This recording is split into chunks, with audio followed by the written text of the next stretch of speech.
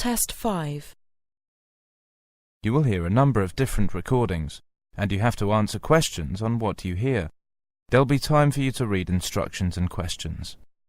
And you have a chance to check your work. All the recordings will be played only once. The test is in 4 sections. At the end of the test, you will be given 10 minutes to transfer your answers to an answer sheet. Now turn to Section 1. Section 1. You will hear a conversation between a student and a railway clerk. First, you have some time to look at questions 1 to 5.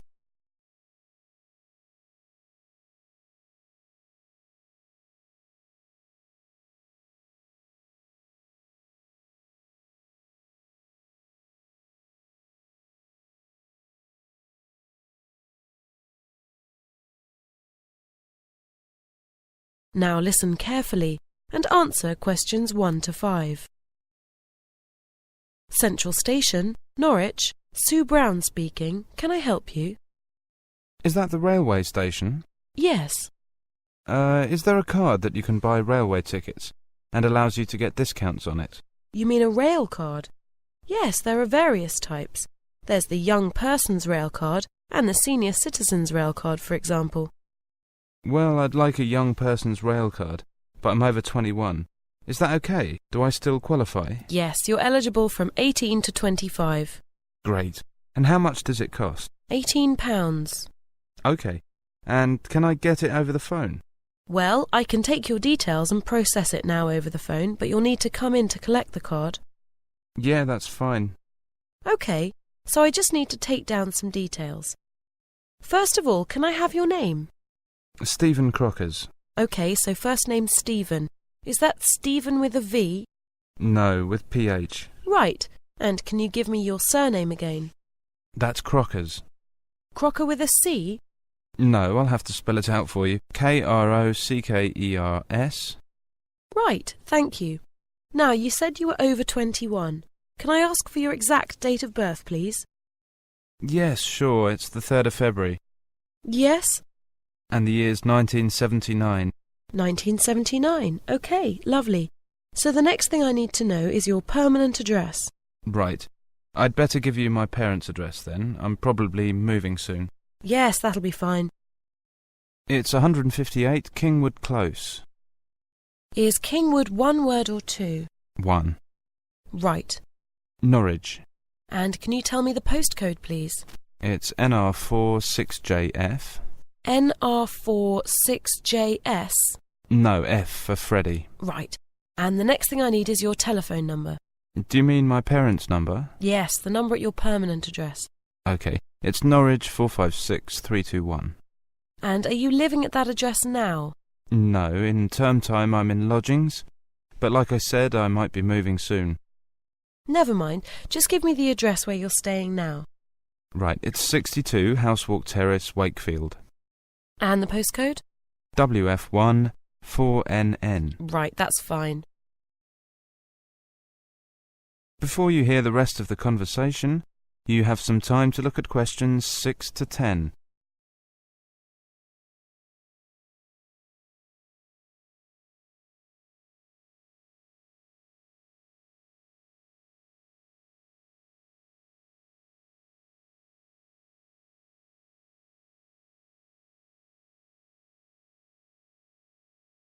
Now listen carefully and answer questions 6 to 10.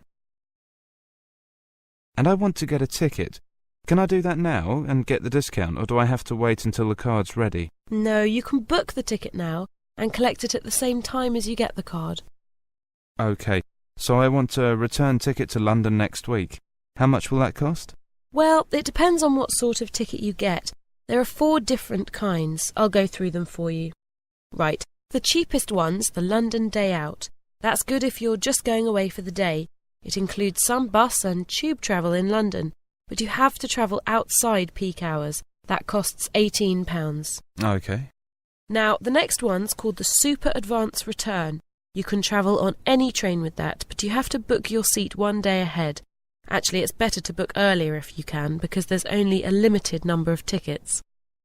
OK, and how much is that? It's £23. No, that doesn't sound too bad. What about the other types of tickets? They're more expensive. There's one called the Saver, which, again, you can use on most trains outside peak hours. That's $29.30. But you don't need to buy it in advance. You can get it on the day you travel. That's a bit expensive. And finally, there's the Open ticket. And with that, you can travel on any train on any day of the week, and you don't need to book ahead. But that costs £60. £60? Right, I'll have a super advance. Now, I'd like to leave next Friday morning on the 8:30 train and come back on Sunday at 10 p.m. And you said that usually costs £23? That's right. So how much do I save with the rail card? You get a third off. A third off £23 is £7.66, so you'll pay £15.34. But then this time you have to pay for the rail card too. That's £15.34 plus £18, so altogether you'll have to pay £33.34. And when can I collect them? They'll be ready by Wednesday. They should be at the bookings office after about 10 a.m. Oh, I don't know if I can make it on Wednesday. You can't post them, can you? No, you have to collect your rail card in person and sign it. And I nearly forgot to tell you, you need a passport-sized photograph for it. If you don't have one, there's a machine on the station. No, I think I've got one somewhere. I needed some for my college application.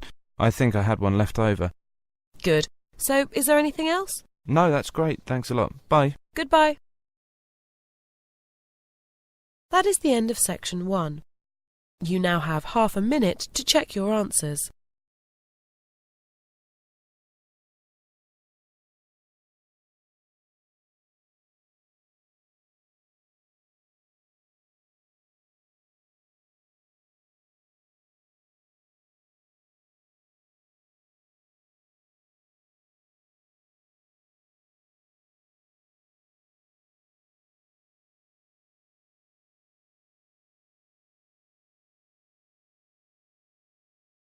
Now turn to section 2.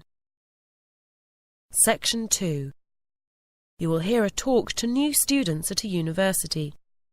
First, you have some time to look at questions 11 to 13.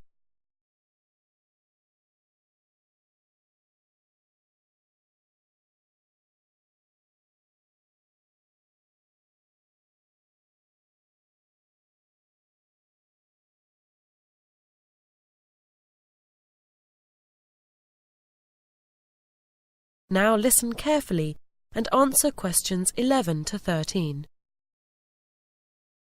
Hi, it's good to see you all here today, and what a pity the weather is so bad for your first day at university. It could at least have stayed sunny today. Now, my name is Pat Baker. I work for Student Services, and I'm going to tell you about our mentoring scheme for new students.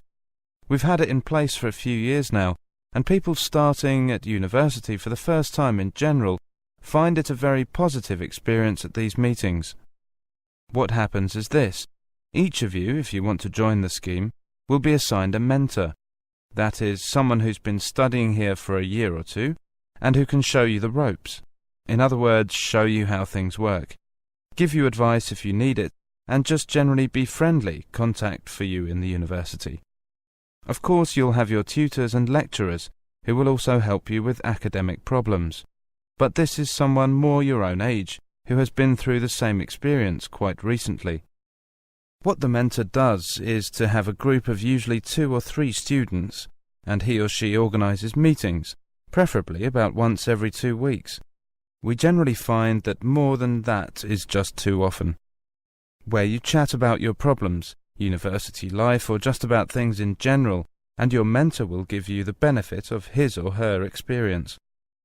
If you're joining this scheme, you'll be meeting your mentor today, just after lunch. If you haven't signed up, by the way, it's not too late. Come and see me after the talk. Don't be frightened about this first meeting. It's going to be quite short, so you won't have time to tell your mentor all your difficulties. You'll just get to know each other a little bit, and, most importantly, fix a time and a place for your next meeting, which you can have when you're feeling more relaxed and not so overwhelmed by the newness of it all. Before you hear the rest of the talk, You have some time to look at questions 14 to 17.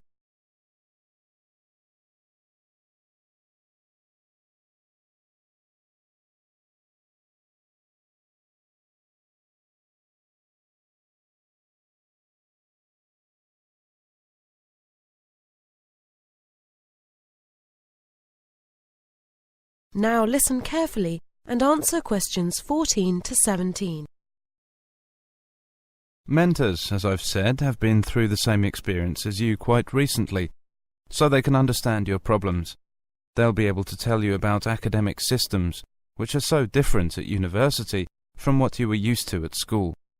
Also, because at university you are much more independent and you have to spend so much time studying on your own, they can suggest techniques for studying which will help you to keep up to date with your work.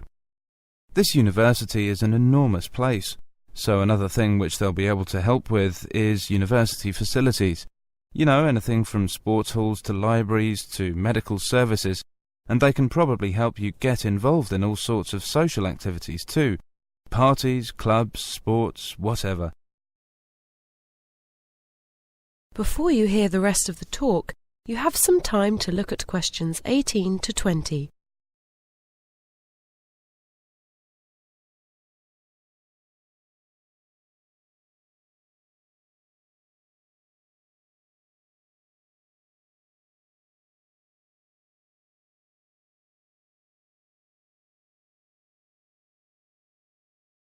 Now listen carefully and answer questions 18 to 20. So, as you can see, this is a pretty useful scheme, but it does rely on people keeping in touch. The telephone's pretty useful if you have one, but students are busy people and often out doing things, so email is probably better. Your mentor will be able to show you how to get an email account. They don't cost anything to students, they're free. For people who have never been away from home before, a mentor is a useful contact and support, somewhere between a friend and a parent. And no doubt, as the year progresses, and you start getting nervous around exam time, your mentor will be ready with useful tips on the best way to pass your exams. After all, they did the same ones either last year or the year before, and they passed them. That is the end of section 2. You now have half a minute to check your answers.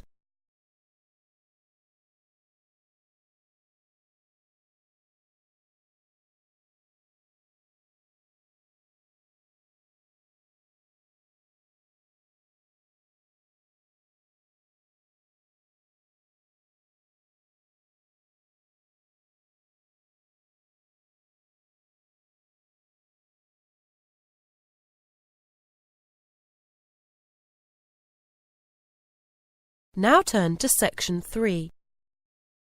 Section 3. You will hear a radio program in which a researcher talks about stress at work. First, you have some time to look at questions 21 to 24.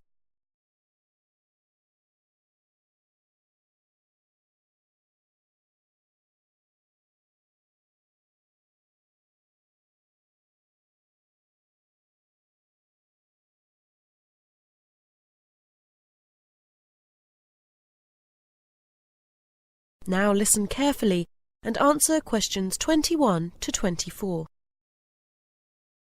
And now, after that old favorite from the course entitled I Never Loved You Anyway, we have Dr. Greenhill to talk to us today about stress in the workplace.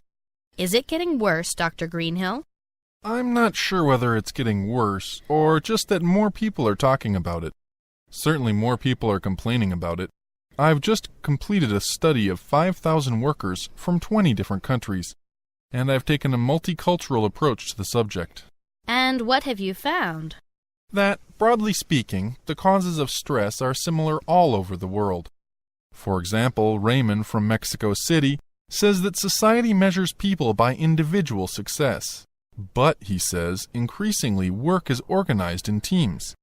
This means there is a conflict between personal goals and the need to cooperate with one's colleagues. He finds this an acute source of stress, actually. Then there's Kikuko, from Osaka, Japan. who says she's under a lot of stress because the company she's worked for 30 years is in difficulties. She says it's because her bosses made a number of bad decisions. But really what worries her most is that she might lose her job. You know, she's in her 50s, and at that age, it's not easy to find another one. She says that she also feels overworked, and that's getting her stressed out too. Well, then there's Boris from Odessa in the Ukraine. He puts overwork at the top of his list of stressors. Then there are other factors. Both he and his wife have full-time jobs, so that when they get home, they don't get to relax much either. I guess that's a problem most of us can relate to. We always hear about computers, email, and cell phones as things which get people tearing their hair out. Is this true? In many cases, yes, but not so much as you might think. Only 15% of respondents give this as their main cause. Etienne, from Quebec, Canada, is one, though he also mentions change and the feeling of being a victim of circumstances beyond his control.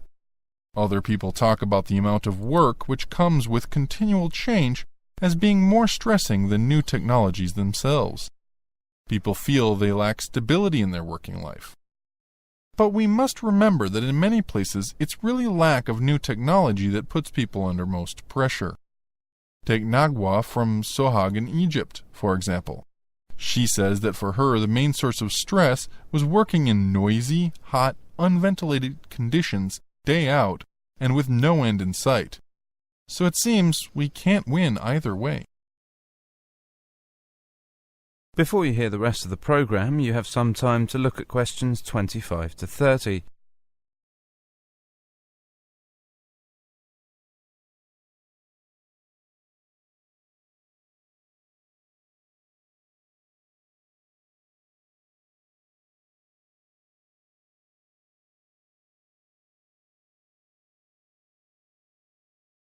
Now listen carefully and answer questions 25 to 30. So, what can we as individuals do to make things easier for ourselves? Well, I've talked to a number of specialists about this, doctors and psychologists. And here are a few suggestions for reducing stress without you having to change your job. First, vary your diet. Fish, pasta, vegetables, fruit, and so on. Try not to live off sandwiches and fast food. A balanced diet, in other words. Also, we tend to drink too much coffee. Caffeine, the drug in coffee, gets us more nervous. So if you want to feel less stressed, drink less coffee. It's tough at first, but you'll notice the difference within just a few days. Finally, take regular exercise. It's a great way of relaxing, and of course, it makes you more healthy too. For a particular cause of stress, there are various things you can do. If your problem is that you think you've got too much work on your plate, what you probably need to do is to manage time better. You have to learn to deal with the things which are really vital. Don't waste time on trivialities. There are courses to help you with this. If you are worried about unemployment, make plans so that if it happens, you are ready for it. Do things like set money aside and update your CV so it's attractive to new employers. As for new technologies, do training courses so that you feel at home with them and so that you don't feel frightened of them. So in the end, the best way to deal with stress is for you to take control of your life and not allow yourself to be a victim of circumstance. Thank you, Dr. Greenhill on fighting stress. And just when you thought you could relax, here's Dolly Parton working 9 to 5. That is the end of section 3. You now have half a minute to check your answers.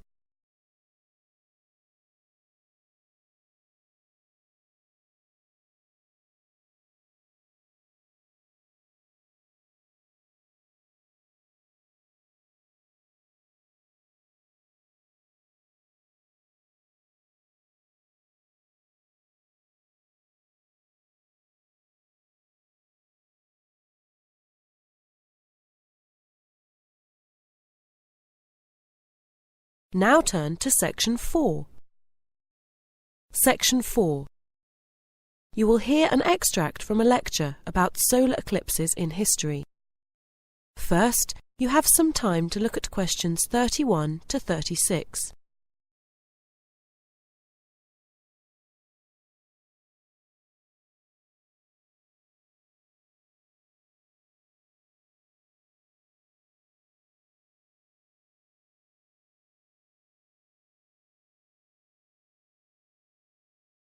Now listen carefully and answer questions 31 to 36.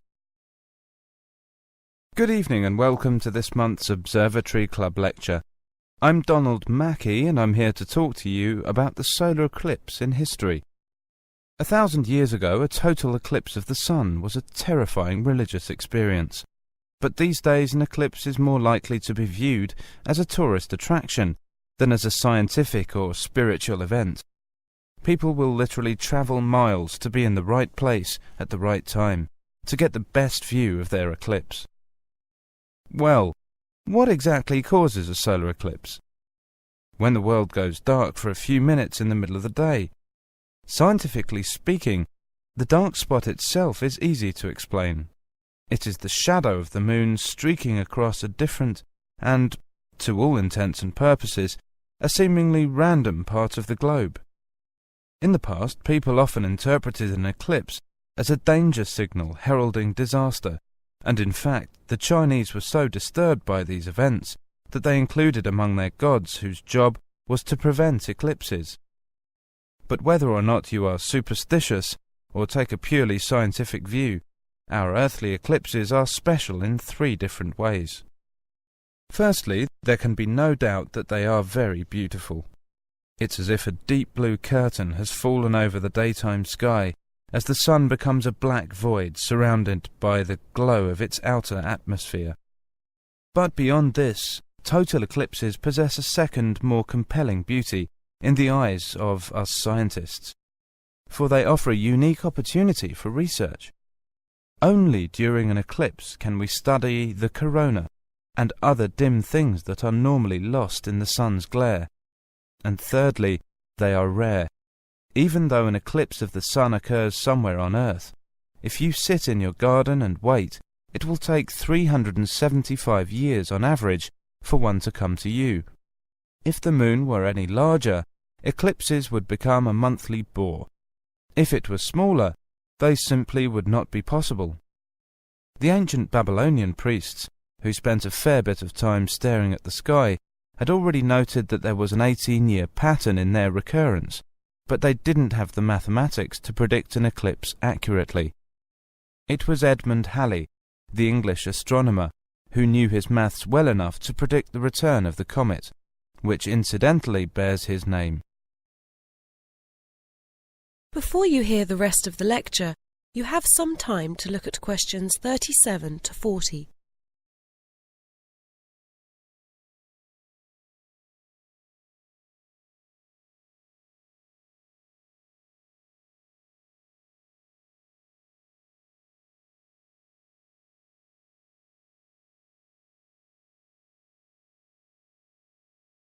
Now listen carefully and answer questions 37 to 40. In 1735, Edmund Halley became the first person to make an accurate prediction of an eclipse. This brought eclipses firmly into the scientific domain, and they have allowed a number of important scientific discoveries to be made. For instance, in the eclipse of 1868, 2 scientists, Janssen and Lockyer, were observing the sun's atmosphere, and it was these observations that ultimately led to the discovery of a new element. They named the element helium after the Greek god of the sun. This was a major find, because helium turned out to be the most common element in the universe after hydrogen. Another great triumph involved Mercury. I'll just put that up on the board for you now. See, there's Mercury, the planet closest to the sun. Then Venus, Earth, etc. For centuries, scientists had been unable to understand why Mercury appeared to rotate faster than it should. Some astronomers suggested that there might be an undiscovered planet causing this unusual orbit, and even gave it the name Vulcan. During the eclipse of 1878, an American astronomer, James Watson, thought he had spotted this so-called lost planet. But alas for him, he was later obliged to admit that he had been wrong about Vulcan and withdrew his claim. Then Albert Einstein came on the scene. Einstein suggested that rather than being wrong about the number of planets, astronomers were actually wrong about gravity. Einstein's theory of relativity, for which he is so famous, disagreed with Newton's law of gravity in just the right way to explain Mercury's odd orbit. He also realized that a definitive test would be possible during the total eclipse of 1919, and this is indeed when the theory was finally proved correct. So there you have several examples of how eclipses have helped to increase our understanding of the universe. And now let's move on to the social. That is the end of section 4. You now have half a minute to check your answers.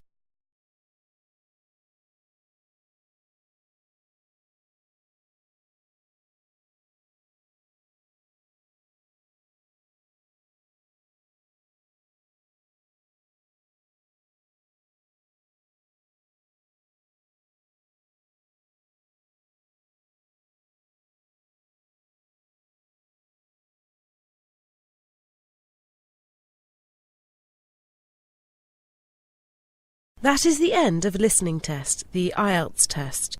You now have 10 minutes to transfer your answers to the listening answer sheet.